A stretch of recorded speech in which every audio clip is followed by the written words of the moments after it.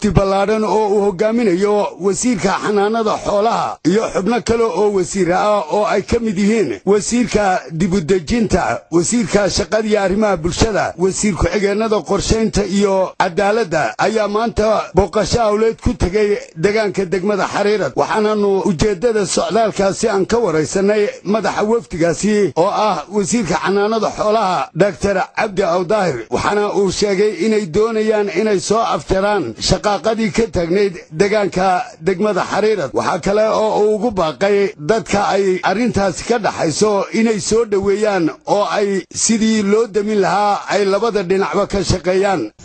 waxaan wafdi ka kooban xubnaha golaha wasiirada, aniga wasiirka shaqada iyo arrimaha bulshada, wasiirka dibudejinta, wasiir ku-xigeenka qorshaynta iyo wasiir ku-xigeenka cadaaladda. shanta xubnood madaxweynuhu soo diray arrinkii shaqaaqadii ka dhacday Xariirad ay imika joogaan golaha guurtida xubno ka mid ah hawsha wada. wixii taakulenayo wixii hawla halka aan ku biirino, aan tala ku biirino, gacan siino sidii arrinka loo dhameystiri lahaa. arrinka dilka dhacay labada beelood ee walaalaha ka dhacay oo muddo xogaa ay qaatay, insha Allah ta'ala aan halka u tagno sidii arrinka aan soo dhameystiri lahayn. insha Allah ta'ala ilaahay soo la qabanaya.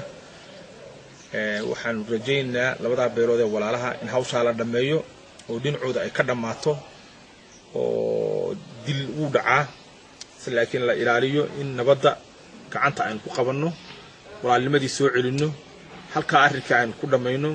wixii dambe arrin laga wada hadli karo ee labada walaalaha dhex yaala la dhameeyo. taa weeye socdaalka aan maanta ugu baxaynaa. insha Allah ta'ala waxaan rajaynaynaa haddaba waa joogaa xubno golaha guurta joogay oo muddo joogay. waxaan jecel lahay oo aan rajaynaa inay saa ugu dhaqsaha badan ay u dhamaato. waxayna ku xidhan tahay sidii ilaahay qadaro bay ku xidhan tahay iyo sidii kolba hawsha u soo dhameystiraan labada dhinac arrintaas saamayso.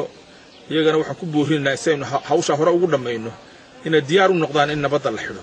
maahin markii ugu horeysay ee xukuumadda Somaliland ay ka howlgasho sidii shaqaaqooyinkaasi loo soo damin lahaa, balse maanta waxa ay wasiiradani u socdaan sidii arrintaasi xal loogu heli lahaa isla markaasina loo soo dhameystiri lahaa. waa Caafi TV-ga qaranka Somaliland, Boorama.